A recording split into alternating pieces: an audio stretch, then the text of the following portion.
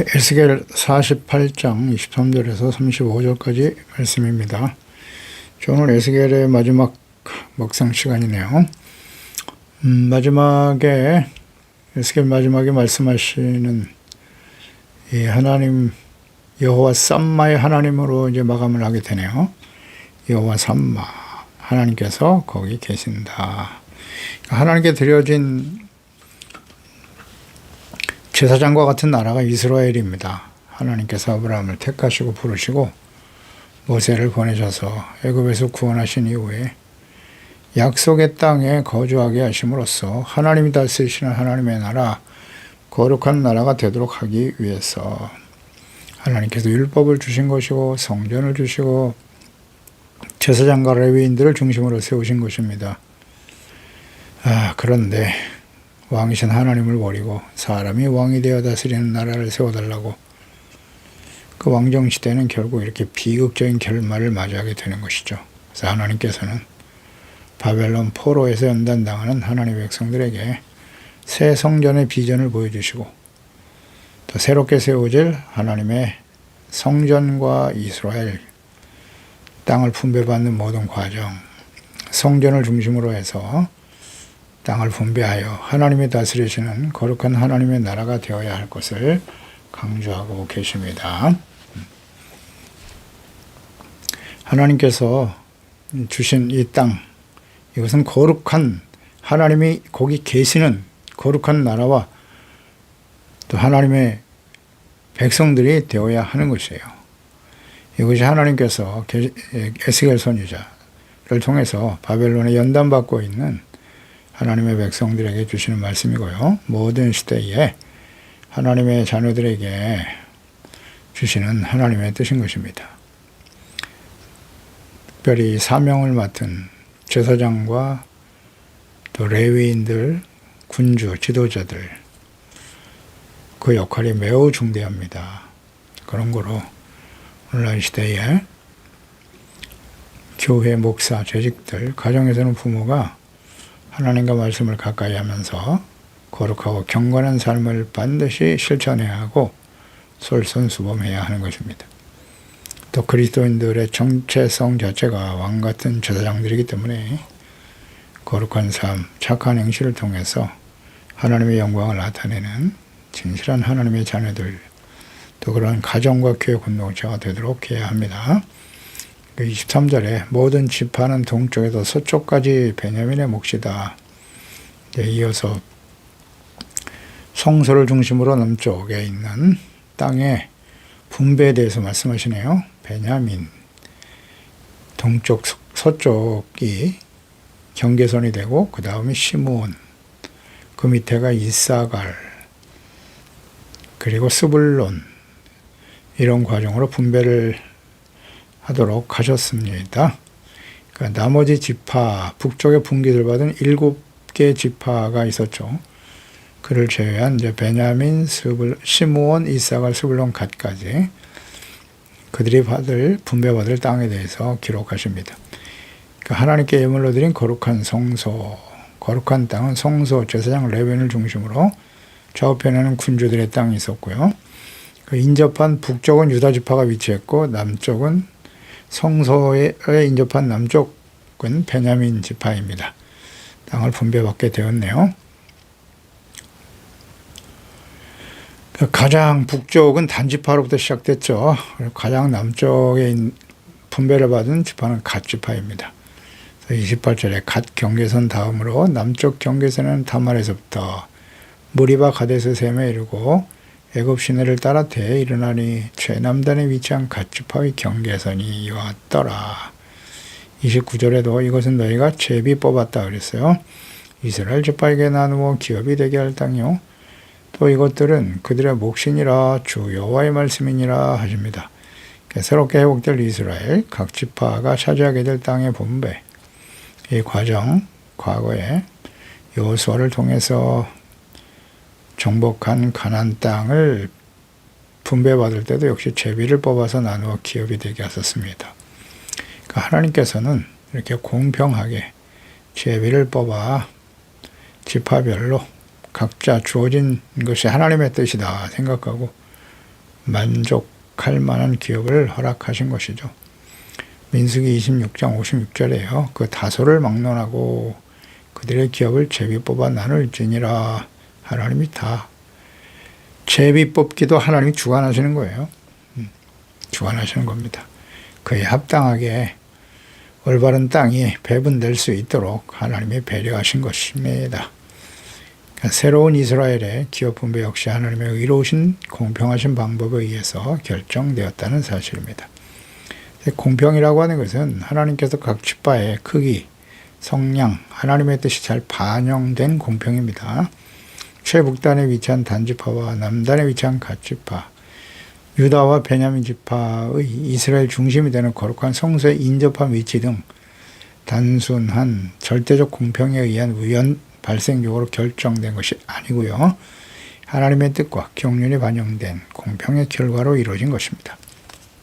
특히 유다 지파, 다윗 왕의 후손에게 주어진 영원한 언약에서 왕위를 계승하게 될 것이고 그 다윗의 후손으로 오실 만왕의 왕이신 예수 그리스도, 이 땅에 보내주시고 구원의 언약을 이루실 그리스도와의 그 영원한 언약이 있기 때문에 하나님께서 유다를 중심으로 해서 배분되고 중심이 되도록 하나님 인도하고 계시는 겁니다.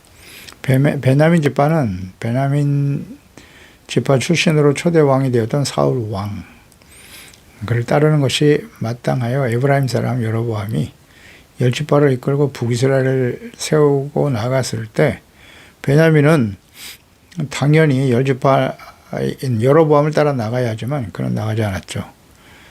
유다 지파와 함께 남유다에 남았습니다. 이것은 베냐민 지파가 예루살렘 인근에 위치해서 살아가고 있었기 때문에 에브라임을 따지 않았고 유다 지파 예루살렘을 중심으로 한 유다 지파에 남게 되었던 것이죠. 이런 것도 다 하나님의 배려라고 보여집니다.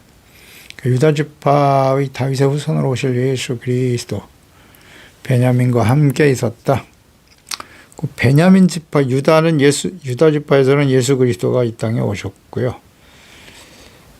베냐민 지파 사람 중에는 사도 바울이죠. 사도 바울이 바로 베냐민 지파 사람입니다. 사도 바울이 자신을 소개할 때 빌립보서 3장 4절 이하에 보면 그러나 나도 육체를 신뢰할 만하며 만일 누구든지 다른 이가 육체를 신뢰할 것이 있는 줄로 생각하면 나는 더욱 그러하리니 나는 8일 만에 할례를 받고 이스라엘 족속이요 베냐민 지파요 히브리인 중에 히브리인이요 율법으로는 바리새인이요 열심으로는 교회를 받게 하고 율법의 의로 흠이 없는 자라라고 소개하고 있죠. 베냐민 지파 사람이에요. 뭐 그런 의미도 있겠습니다. 유다의 다윗 왕의 후손으로 오실 예수 그리스도, 베냐민 지파로 하나님께 부름받아 이방의 사도로 쓰임받았던 사도 바울, 신약에 아주 중요한 역할을 했던 사도 바울이죠. 베냐민 사람이었다. 뭐 이런 배려도 있지 않았을까 생각합니다. 뭐 하나님 역사 전체를 보고 계시는 분이시니까요. 그만큼 베냐민 지파에 대한 또 유다 지파에 대한 하나님의 기대가 있으셨음을 알 수 있습니다. 30절에 보면 그 성읍의 출입구는 이러하니라. 북쪽의 너비가 4,500척이라. 그러니까 본서의 마지막 부분은 성읍 기재 중앙에 위치한 성의 출입문들을 언급하는 것인데요. 이 출입문들은 성의 사면에 각각 3개씩 모두 12개가 있습니다. 그 각각의 출입문에는 이스라엘 12지파의 이름이 기록되었다. 12대문 12지파 이름을 기록한 새 하늘과 새 땅의 새 예루살렘의 모습과 연관이 되죠. 계시록 21장 12절에 크고 높은 성곽이 있고 12문이 있는데 왜 12문일까요? 12전사가 있고 그 문들 위에 이름이 썼으니 이스라엘 여성의 12지파의 이름들이라. 어떻습니까? 같은 의미 아니겠어요? 새롭게 회복될 이스라엘 새 예루살렘의 12문과 12지파의 이름, 이것이 장차 이루어질 새 예루살렘 새 하늘과 새 땅에도 그대로 적용되네요. 천국, 요한계시를 보면 이게 나오죠. 24장로에 대해서 나오는데요. 12명. 이거 구약시대 12지파와 신약시대 예수님의 12제자. 그 12명의 제자가 우연일까요? 새 언약을 시작하는 예수 그리스도의 십자가의 복음을 통해서 새롭게 세워질 12제자. 그 이전에 12지파, 이 24장로들이 천국에서 하나님을 찬양하는 모습이 나오거든요. 구약과 신약을 아우르는 거룩한 하나님의 자녀들, 구원받은 죄 자녀 백성들이 천국에서 하나님의 이름을 높이고 주 예수 그리스도를 찬양하는 역사가 일어날 것이다. 그러니까 에스겔 성전과 새로운 이스라엘의 이런 비전은 예수 그리스도의 초림과 재림을 통해서 이루실 하나님 나라의 비전과 계시의 말씀임을 알 수가 있습니다. 그러니까 새 성전의 성읍, 새 예루살렘 이스라엘은 궁극적으로 하나님에 의해 성취될 온전한 하나님의 나라의 거룩한 도성을 보여주고 있는 것입니다. 계시록 21장 1절 이하죠. 또 내가 새 하늘과 새 땅을 보니 처음 하늘과 처음 땅은 없어졌고 바다도 다시 있지 않더라. 또 내가 봄에 거룩한 성 새 예루살렘이 하나님께로부터 하늘에서 내려왔다. 그 준비한 곳이 신부가 남편을 위하여 단장한 것 같더라. 또 내게 말씀하시되 이루었도다. 나는 알파와 오메가요 처음과 마지막이라. 내가 생명수 샘물을 목마른 자에게 값없이 주리니 이기는 자는 이것들을 상속으로 받으리라. 나는 그의 하나님이 되고 그는 내 아들이 되리라. 아멘. 보세요. 하나님의 뜻은 변함이 없죠. 이기는 자가 새 예루살렘, 예성, 천국, 영원한 하나님의 나라를 상속으로 받게 된다는 거예요. 이기는 자. 뭐와 싸워서 이기는 겁니까?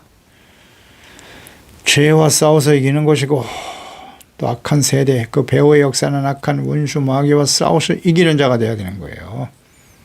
예수님께서 십자가로 죄를 이기셨죠? 그래서 나를 따르려고 날마다 제 십자가를 지고 나를 따를 것이니라. 십자가를 진다는 뜻은 무엇이에요? 십자가를 진다는 게 무슨 뜻이죠? 죄를 버리는 거예요. 죄를 버리고 하나님의 말씀을 따라가는 겁니다. 하나님 사랑, 이웃 사랑, 구체적 실천을 의미하는 것이죠. 어렵잖아요. 날마다 죽어야 되는 거죠. 버려야 되는 거예요. 육체의 욕심을 버리고 죄를 버리고. 십자가 없이는 부활도 없어요. 그리스도와 함께 십자가에 못 박혀 죽어야 돼요. 옛사람은 죽고 의의 새 사람으로 영광스러운 모습으로 주님을 맞이하는 자가 되어야겠지요. 31절 이하 35절까지 쭉 나와 있는 이 말씀들, 34절까지 보면 성읍 문들에 대해서 이스라엘 지파들의 이름을 따를 것인데 북쪽에 문이 셋이고 루벤, 하나는 유다, 레위의 문이요 이렇게 되어 있고요. 그리고 동쪽의 너비는 4,500척인데 또 문이 셋이 있더라. 동쪽에 있는 문은 요셉, 하나는 베냐민, 또 다른 하나는 단이네요. 단의 문이라고 써 있고요. 남쪽의 문에 보면 역시 문이 셋인데 시므온, 이사갈, 스불론이라고 써 있고요. 서쪽에도 문이 셋이 있어요. 4, 3, 12. 서쪽 문은 갓, 또 하나는 아셀, 또 하나는 납달리네요. 그 이름이 기록되어 있더라. 그러니까 문의 이름을 기록하게 하신 하나님, 그 순서대로 보면은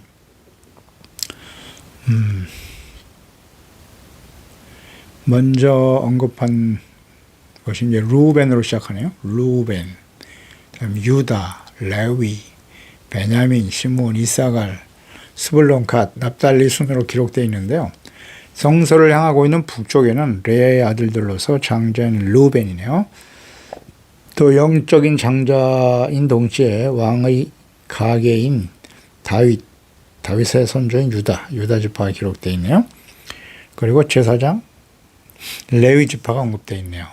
그러니까 신명기에 보면 모세의 마지막 축복하는 장면이 나오는데 여기도 내용이 같네요. 신명기 33장 6절에 보면 루벤은 죽지 아니하고 살기를 원하며, 루벤은 먼저 시작하죠. 그 다음 7절에 유다에 대한 축복은 이러하니라 말씀하셨고요. 8절에 레위에 대하여는 일러스되, 역시 모세도 12지파를 축복할 때 이 순서대로 했어요. 루벤, 유다, 그 다음 레위. 이 순서가 같네요. 동양학문에는 동쪽 문이죠. 라헬의 두 아들 요셉과 베냐민의 이름이 나이에 따라 기록되어 있네요. 베냐민, 요셉의 문이다 이렇게 되어 있고요. 요셉, 므낫세, 에브라임, 요셉이라고 기록되어 있네요. 라헬의 여종 비라의 장자인 단이 기록되어 있고, 땅의 분배 때와는 달리 31절에 레위 지파가 삽입된 대신 두 몫의 기업을 받았던 요셉 지파, 요셉 이름으로 기록되어 있네요. 그렇죠? 레위 지파가 들어가 있고요. 땅을 분배받을 때 12지파를 말할 때는 레위 지파는 들어가지 않잖아요. 계수할 때 요셉이 빠지고 므낫세와 에브라임이 받았는데, 이 문에는 요셉의 문이다 이렇게 되어 있네요. 야곱의 12아들의 이름, 남쪽의 레아의 소생 시몬, 이삭을 술론, 이름이 나의 순서대로 기록이 되어 있네요. 또 그대로 서쪽 문에는 실바의 아들인 갓, 아셀, 빌하의 처자, 납달리의 이름으로 순서대로 기록이 되어 있습니다. 이제 마지막 35절에 보면 그 성읍의 이름이 여호와 삼마더라. 여호와 삼마는 여호와께서 거기 계시다라는 뜻이에요. 그러니까 여호와께서 새 이스라엘의 새 성전에 임재하여 계시더라. 그래서 이스라엘과 함께 하실 것이다.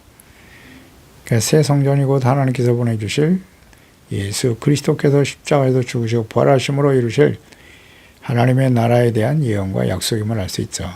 요한복음 2장 19절에 예수께서 대답하여 이르시되 너희가 이 성전을 헐어라. 내가 사흘 동안에 일으키리라.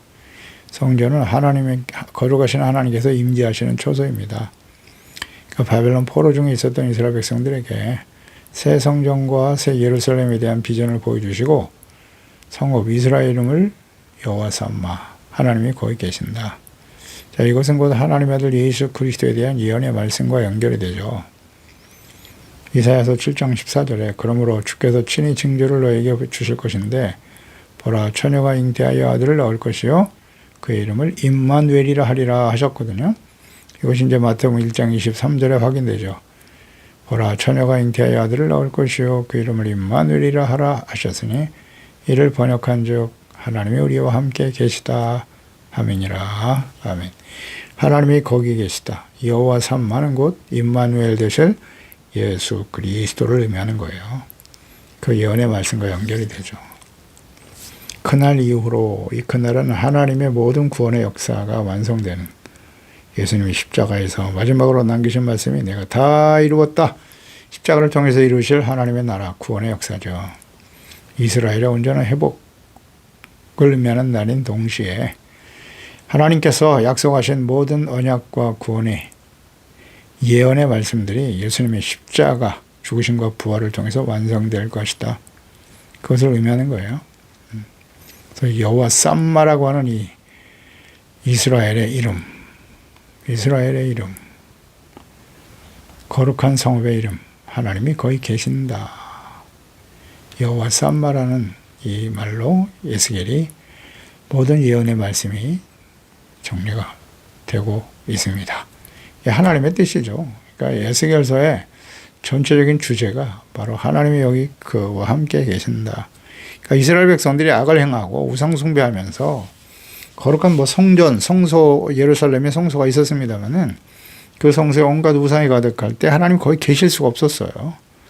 그래서 하나님의 공의의 심판이 하나님의 나라 백성들에게 임했던 것이고, 그래서 하나님이 그것을 황폐하게 만드셨죠.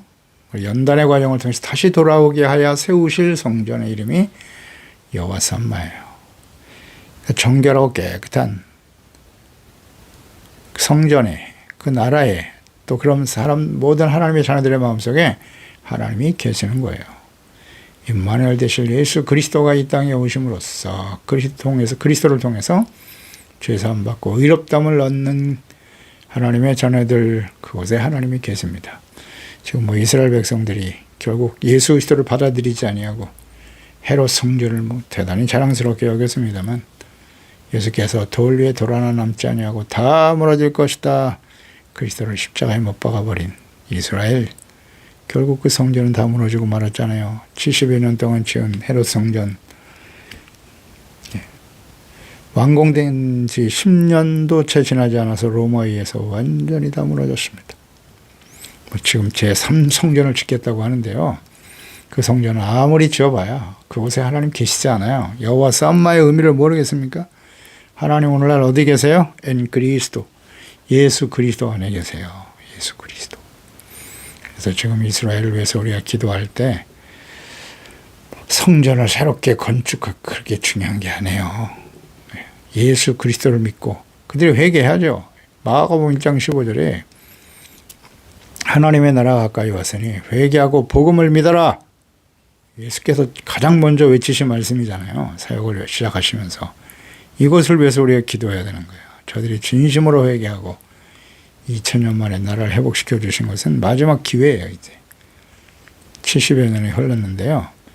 이제 마지막 기회를 주고 계시는 거예요. 저들이 진심으로 예수님을 그리스도 영접하고 구원받아 여호와 삼마 하나님께서 예수 그리스도 안에 계시다 선포하고 오늘날 예수 그리스도를 믿고 구원받은 우리의 심령이 개인 한 사람 한 사람이 이제는 성령이 거하시는 거룩한 성전이에요. 이 성전을 정결하고 거룩하게 하사 우리 개인의 삶을 통해서 또 그들이 모여있는 교회를 통해서 모든 사람들이 보고 하나님이 거기 계시다. 저들과 함께 계신다. 여호와 삼마의 하나님을 증거하고 나타내는 진실한 하나님의 자녀로 복된 거룩한 가정과 교회 공동체가 될 수 있도록 하나님 앞에 잘 준비되어지는 지혜로운 저희들이 되어야 할 것입니다. 기도했습니다. 하나님 아버지, 우리가 에스겔 말씀을 묵상하면서 왜 이스라엘 백성들이 이방인들에 의해서 짓밟혀 멸망을 당할 수밖에 없었는가? 70년 바벨론 포로 연단의 시간을 지나고 있는 그들에게 하나님께서 이 에스겔 선지자를 통해서 말씀을 주신 거예요. 그 이전에 왜 이스라엘이 멸망당할 수밖에 없었는가에 대한 설명도 분명히 하셨어요. 하나님이 거하시는 거룩한 초소인 성전을 우상으로 더럽힌 이스라엘. 회개하고 돌이킬 수 있도록 끊임없이 선지자를 보내셨으나 그 말씀을 듣지 않습니다. 그래서 하나님의 공의로 예루살렘은 황폐화되고 바벨론 포로의 70년 동안의 세월을 지나했던 그들에게 하나님께서 새로운 비전과 소망을 주시기 위해서 이 에스겔 선지자를 통해서 말씀을 주신 것이고요. 그리고 새로운 마지막 부분에 새로운 성전을 회복하고 땅을 새롭게 분배받아서 하나님이 중심이 되는 하나님이 거하시는 거룩한 조서와 제사장과 레위인들의 역할과 사명, 또 왕과 군주들 지도자들이 무엇을 해야 할지 그 정체성과 사명에 대한 분명한 인식을 가지고 하나님이 다스리시는 하나님의 나라를 바르게 세울, 이것이 바로 예수 그리스도가 이 땅에 오셔서 이루실 하나님의 뜻임을 비전을 통해서 새롭게 깨우쳐 주신 것을 감사합니다. 여호와 삼마, 하나님이 그곳에 계신다. 예수 그리스도 안에 주님의 말씀을 따르는 의롭고 진실한 주의 자녀와 백성들이 개인과 가정과 이 땅의 교회 가운데 하나님의 함께 하심을 모든 사람들에게 선포하고 증거하고 예수 그리스도 안에 생명과 복음이 하나님의 구원의 능력이 있음을 우리를 통해서 모든 사람들에게 땅끝까지 모든 민족에게 전파되고 증거되어 주님 오실 길을 예비하는 우리 모두가 될 수 있도록 도와주세요. 예수님의 이름으로 기도드리옵나이다. 아멘.